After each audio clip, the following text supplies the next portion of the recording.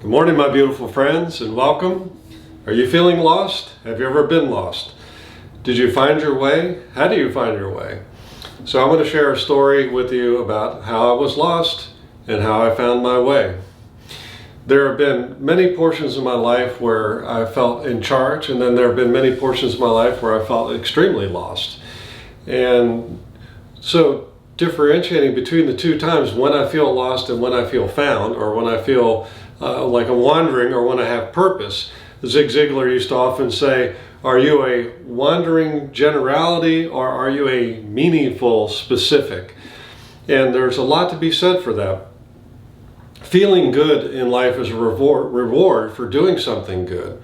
So when you feel good, you're doing good, you feel found, you're okay. But when we're lost, it's not knowing what good we are doing. So on one hand, you feel good, you feel competent, you are where you are. On the other hand, you're not sure you're accomplishing any good and that you're of any value. So how do we make sure we feel of value? And I'll share a story. Many years ago, I went through a breakup, pretty bad breakup. And I lived in this world of hoping I could reunite again.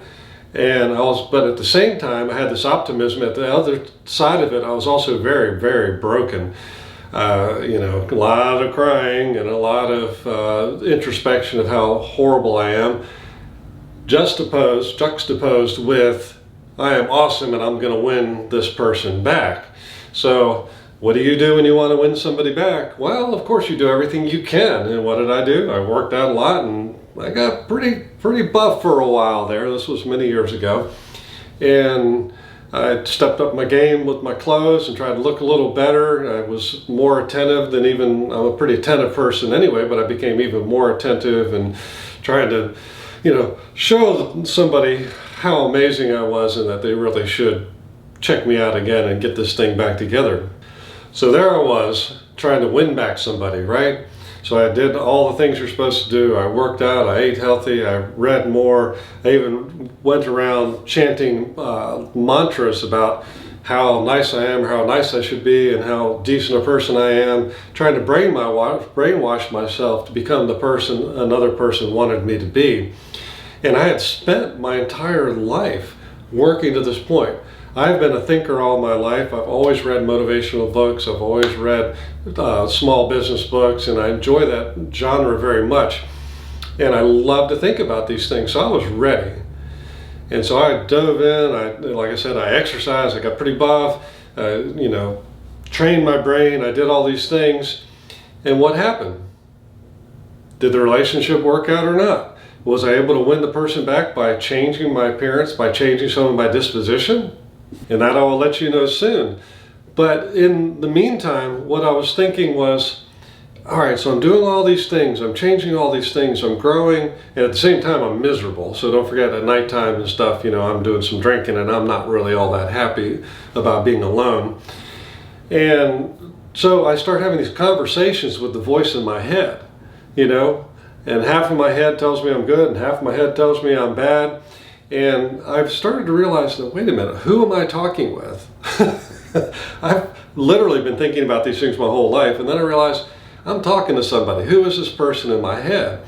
And I started going down this pathway of realizing that the person in my head, and I've read this before, and you read all kinds of books, and you're taught in high school, the ego, the superego, but when it comes down to really believing it and understanding it, it takes sometimes an event in your life to wake you up. So I started realizing that I am not the voice in my head. And I'd been told many years that I'm not this body. Like somebody would use the example, if I chopped off your arm, would you still be Charles? I'm like, yeah, I guess so. And you could go down that road where there wouldn't be much left, but I'd still, my consciousness, would I still be Charles? And the truth is yes.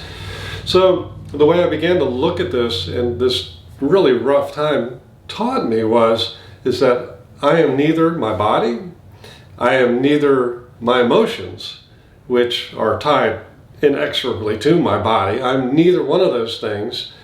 I am the person inside the vessel that is talking and dealing with all these things. And I know that's very esoteric, and some of you may say, well, I don't know about that. Even if you don't believe that, the way that I found for myself to get healthy and to start applying all the things that I've been learning my whole life was to realize, no, wait a minute, I'm driving a car. This is my car. It's got a computer, it's got the machine, it rolls down the road, and it's up to me to take care of the car, to change the oil, to make sure it works right, to, wash it from time to time, and keep it going. If there's something wrong with the computer, fix it. You know what I'm saying? The air in the tires go low, you got to fix it, or if you don't, problems are going to come down the road. So I said, okay, so how does this apply? So I feel good when I work out and I get stronger, but why is that? Well, my presentation looks better. I feel, stronger. I can pick things up better, and people look at me slightly different because we are drawn to people that are doing well. I mean, it's just the way we are, and we feel pity for those that we don't think are doing well.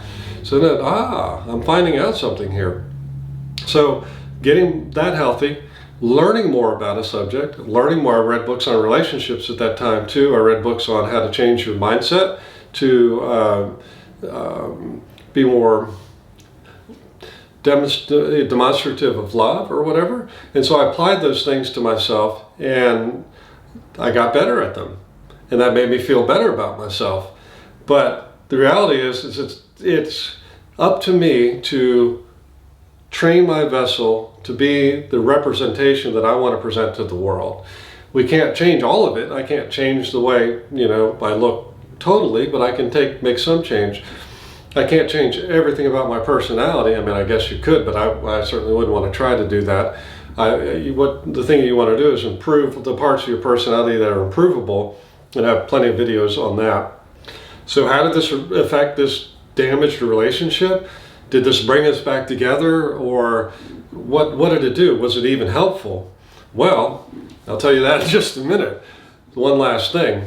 So as I learned to manage my machine better, and I'm still learning how to manage it better and better, I found something interesting. The voice in my head quieted down quite a bit more, and the exercise made me feel better, a little bit better food made me feel better. Eventually, less drinking made me feel a lot better.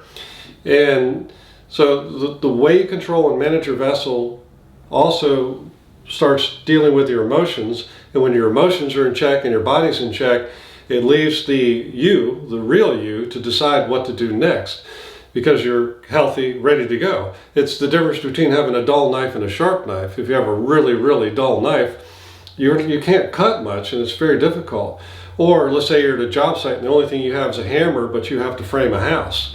Well, if you don't have a saw, a tape measure, pencil, nails, you're not going to build much of a house. So the more tools that we get, and the more tools that I was able to acquire, made my life a little bit easier. And then miracle happens after that. So the miracle after that happens is all of a sudden your mind is freed a little bit. Oh, I have more time. I have more RAM for thinking. So now what do? Well, then you look for something else to go on to. And that's where I started learning about the growth mindset. And this is many years later. Started learning about the growth mindset and how beautiful it is that through every mistake, through everything we do, we learn and we grow and we share this with other people. And that really becomes the whole goal of life. In the Transformers, they have the thing that's called the life spark, or the spark of life. I can't remember what it is. It's really the theme of the whole show, I think.